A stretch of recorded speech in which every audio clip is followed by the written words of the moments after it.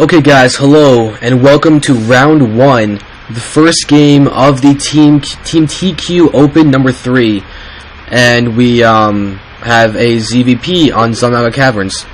Now this is a best of 1, so whoever wins this is going to progress on to the second round. We have BeardedClam, the Protoss in the top right, against SorroW, who is the Zerg in the bottom left.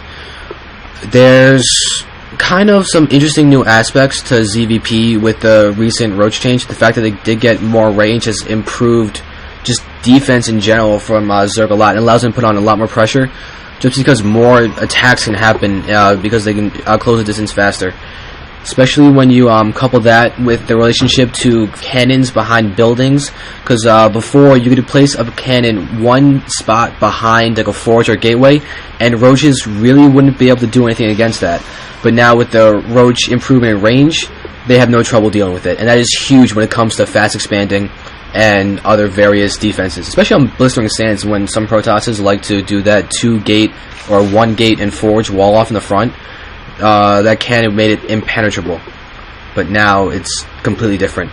So we actually, on a map that I've actually seen a lot of fast expanding on from the Protoss is now not fast expanding because of just the greater threat that a Zerg can present in the early game.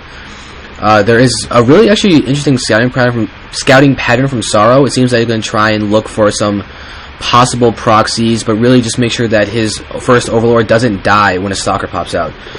Generally, you can basically move the Overlord out in time by judging when the Cybernetics Core gets put down, but sometimes it is better to be safe than sorry. We do have a really good spotting going on by this Overlord. It does seem that we're going to have a hatchery plop down after extractor and spawning pool.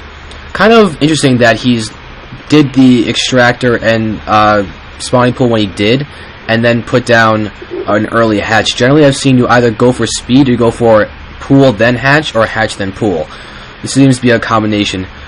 So let's see how this turns out. It does seem that we do have Cybernetics Core being plopped down. A Zealot is being made first, which is a very good thing to do against Zerg, unless you're going for a pure Blink Stalker build. But that can be a little risky if there's an early pool that gets sent.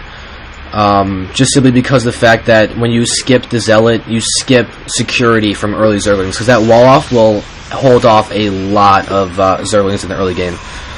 Also, this pylon placement is not very good in my opinion, simply because of the fact that if a Baneling bust does come, the pylon can die incredibly easily, and you actually have a huge hole right in here that could be really exploited by a Zerg who decides to Baneling bust. I don't think that'll happen because there is an expansion, and it does seem that speed did just get put down, but there's no Baneling nest or anything at the moment. So it does seem that even though this has iffy building placement, it won't really matter. We don't have Stargate. Ooh, we actually have a fast Void Race, or maybe even a Phoenix build coming from Protoss, which can be really strong, especially when you have Overlords spread out over here. They can die very easily to Phoenixes, especially the scouting information that Phoenixes would get are very, very key. And if a Void Ray is going to be produced, it will be able to do a lot of damage, but it doesn't be Phoenix, so it's not going to be Void Ray. Void Rays can actually be GG against the Zerg early on if the Zerg doesn't have enough queens. But it does seem that a Phoenix build is coming out. It is getting chrono boosted, so most likely this first Phoenix will go in and scout, and we're going to have probably a solid 4 or 5 Phoenixes harassing, trying to lift off important things. The queens will most likely get sniped, and we're going to have a, seems like a fairly harassment heavy build from Protoss going to come in and attack the Zerg. I wish I knew more about the players. Like, I didn't look at their profiles beforehand, so I don't know their ratings or anything. But it does seem that roaches are coming out from SorroW. So really fairly standard Zerg play nowadays with the expansion and the roach warren coming out. It does seem that a lot of Zerglings are being produced faster than you really need to. But oh, good stopping of the probe over there. It actually did have minerals in his hand. But I don't think SorroW is really going to be expecting of Phoenixes to come out. It does seem that no scouting's been done with the Phoenixes. He's just trying to pump them out as fast as he possibly can. He did chrono boost 2 out so far, and he's chrono boosting a 3rd out right now. But this Zerg is going to die without getting really any information. Let's just look at his camera for a second. Oh, that's the wrong person. Whoops. But we can see, yep, he knows just that there's a building over here, and all he knows is that Warp Gate is out. and the Stalker and a Zealot are out.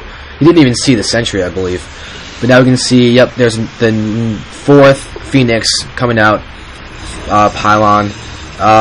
He doesn't have much of a ground arm. He actually has a fairly equal amount of Phoenixes to ground arm, which is probably not ideal, but let's see how he uses the Phoenixes, because that could be incredibly key. It does seem that there is an extra Queen out, so the Phoenixes are going to be able to get fended off. It's just a matter of if they can pick off a Queen, or if they're going to try and pick off a couple of drones. It might be a little greedy to pick up a Queen when there is very easy access to a 3rd Queen for defense. And now see, yep, he's raising up the Queen, he's going to attack it, but these Phoenixes are going to get a little damage. Like, oh, but he's actually fleeing with that one, but so one Queen does get sniped. But he's now retreating to try and get this Queen, but this one is already out. He actually going to probably snipe this one too. He might get this one too. He hasn't lost any Queens. So all of a sudden, there's no Queens from SorroW. He's morphing a lair, so he'll probably morph another Queen the second this lair is done. He's building a Queen here, but these Phoenixes are actually do a lot of damage. SorroW might want to counter push right now, trying to pressure the front with his Zerglings, but oh, with this army here, that's not going to happen. But these Queens are really doing a lot of damage to his Overlords, and apparently this happens to SorroW a lot. He should probably adapt to it. But yeah, here the Roaches are out, and here we have Zerglings. He'll probably he's going to probably do a counterattack right now. And is he getting Gleal or Constitution? He's not getting Roach Speed right now, which could be something that could save him at the moment. The Overlords are popping. There's no 2nd Queen over here. The Queen did pop down here. Pylon just to do some scouting, and these guys are sitting out here instead. There we go. Now they're starting to pressure up here. This guy is still out, but these Phoenix are doing a lot of damage. Whoa, 4, 11, 13, 16 kills, 17 kills from the Phoenixes, and now okay, here we go. This is going to do it. Let me go. Yeah, there's the Force Field to keep the Roaches out. Very, very smart. These Lings should still be attacking. These Lings should definitely still be attacking instead of just letting them get attacked while doing nothing. Because right now they're getting slaughtered, and there's GG from SorroW.